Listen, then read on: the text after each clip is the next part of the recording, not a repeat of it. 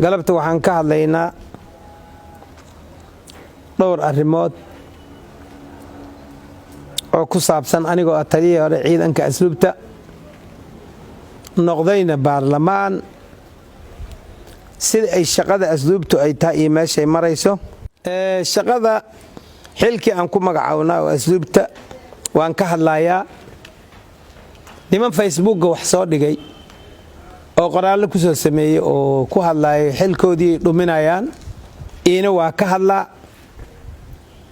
waxaa kaloon ka hadlayaa kelmadaha beenta oo ay ku soo dareen ay qorayaan marka hore qof kasta oo Soomaali ah inuu nin kale oo Soomaali inuu tixgeliyo oo u gafin yaan ka hadli doona tan ciidanka aan ku hormaro anigu waxaan ahay taliyay ciidanka asluubta baarlamaanka waa ka maqan yahay shahaadadii ma qaadan la leeyahay waa ka jawaaba baarlamaanku marka hore guddiga doorashada ima keenin aniga oo ayagu ima dhihin guddiga doorashada ee baarlamaanka 11aad ayagu ima dhihin baarlamaanan ka dhigaynaa kaali ayaga ima dhihin oo imaysan idman inay baarlamaan iga dhigaan baarlamaanka inaan galo anaa goostay ma imaanin iyo shahaado ma qaadanin iyo kuwaas maqan xilkooday dhuminayaana marka ka jawaaba ha ogaadeen anigu qowmiyadii aan ka dhashay iyo qabiilkii aniga aan gaar ahaan ka dhashay inay baarlamaanka iigu deeqeen inaan noqdo ina idmadeen hadday wax iga luminayaan ayagaa iga lumin kara markaan noqonay baarlamaanka aan ka qayb galayay oo aan ka mid noqonay kuma talagelin sharciguna ma banaynay inaan taliye ciidanna ahaado ee baarlamaan xubin baarlamaan aan ahaado sharciga wadanka u degsan ma ii ogolaanay aniguna waan ogahay ummadoo dhanna way ogta taas waa midaas wuxuu rabaa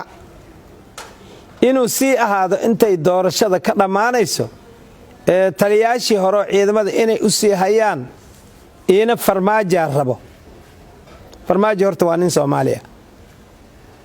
waana nin saacadan hadda aan joogno madaxweynaha xilkaan asiga ayaa xaq u leh ama qaada ama dhiiba marka ayadoo taas la og yahay farmaajo raba xogaa waa ka qurxanayd kelmadda in loo dhigo madaxweynihii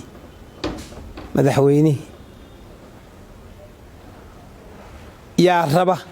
saas inay ahaato oo intaas loo ogolaado Soomaalinimo loogu quuro kuwa hadlay haday Soomaalinimada wax ka kasaayeen waa ku fiicnaan leh taasna intaasaan dhaa waqti xaadirkan waa madaxweyne fadhiya madaxtooyada qaranka madaxweynaha loogu talagalay fadhiyo goortu ka tagi kara ama dhab u joogi karana waa isla garanaynaa marka daayad beena in korka laga saaro la yiraahdo iisi haya adinka jooga farmaajo yiri kelmad been awaay beentii amba marka isku si loo garanaynino daday raashin u tahay beent inay sheegaan aniga kuma jiri dadka beentaas ay raashinka u tahay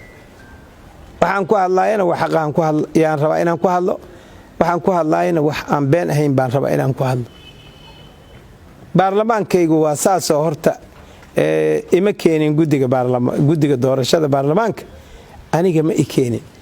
marka inay wax la kala haraan xoogaa way fiican tahay ayaga laftooda xilkoodii waa dhammaaday hana ogaadeen inuu xilkoodii dhammaaday iyo shaqadoodii inay dhammaatay laftooda inay tixgeliyaan waa fiicanta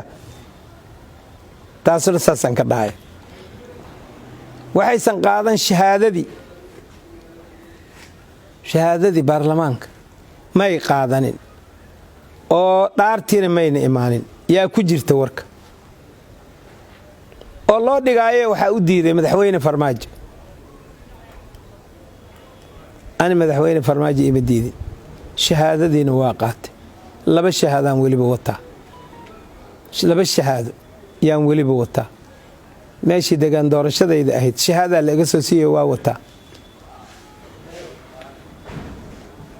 tii halkan oo dawladda dhexe ay dhiibayso guddiga doorashada ay dhiibayeen ina waa wataa labadaba waa haystaa dhaarta in lagu dhaqmo aan la rabin oo la boobayana ina ayadana diyaaraan u ahay ummadaasan ka mid ahay waqtigeedan dhaarana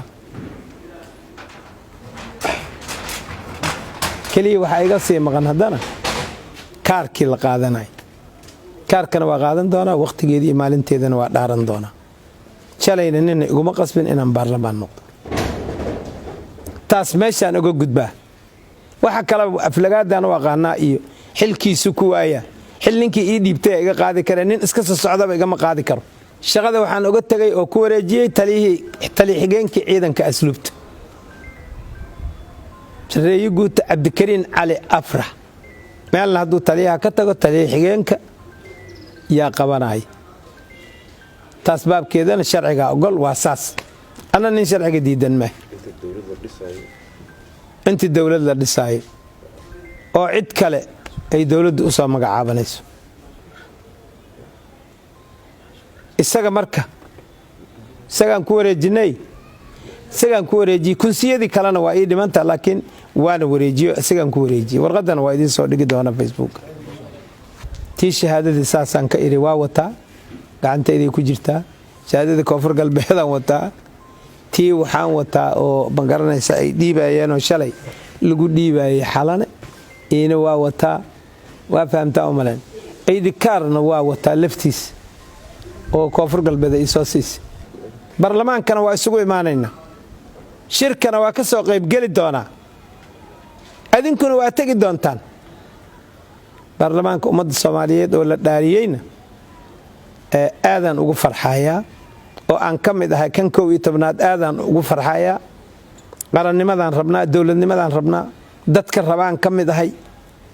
ummadii u soo shaqaysay baan ka mid ahay dawladnimada meel dhaxba aan ka soo bilownay kuwii xornimada dhaliyay ma ahin laakiin kuwii meel dhax ka soo bilaabay oo shaqada wax ka waday aan nahay fawdadana waa na dhibaysaa oo fawdo annaga ma samaynayno sharcigana waa raacaya annaga markaan leeyahay aniga waaye macna iyo inta ila midka baarlamaanka haddaan rabo inaan imaanin shirkiisa oo shuruucdiisa aanan ku dhaqmin maba soo galeen banaanka ka aan laha marka qof kalena aan la xagxaganin annaga iskanaga u maqan shaqadanadaan ku maqannahay waana soo dhamaysanaynaa shirka baarlamaankana waa imaanayaa dhaartana waa maraynaa xilligeeda shahaadadana waa qaadanaynaa wixii baarlamaan laga rabay baanu ku dhaqmi doonaa cid kalena korka naga saarina hana xagxaganina wuxuu rabaa ciidanka asluubta iyo inuu isku haysto baarlamaanna been way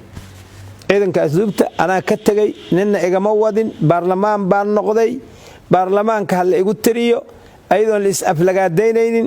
waxaana ciidanka asluubta xaq wala inuu la wareego oo ka shaqeeyo taliye xigeenka ciidanka asluubta oo waliba ay asluubtu leedahay taliye xigeenna labaad koobaad iyo labaad waa jarana anigii ugu darajo marka horeba dadka shaqada waday way aygaana shaqadahay wabillahi tawfiiq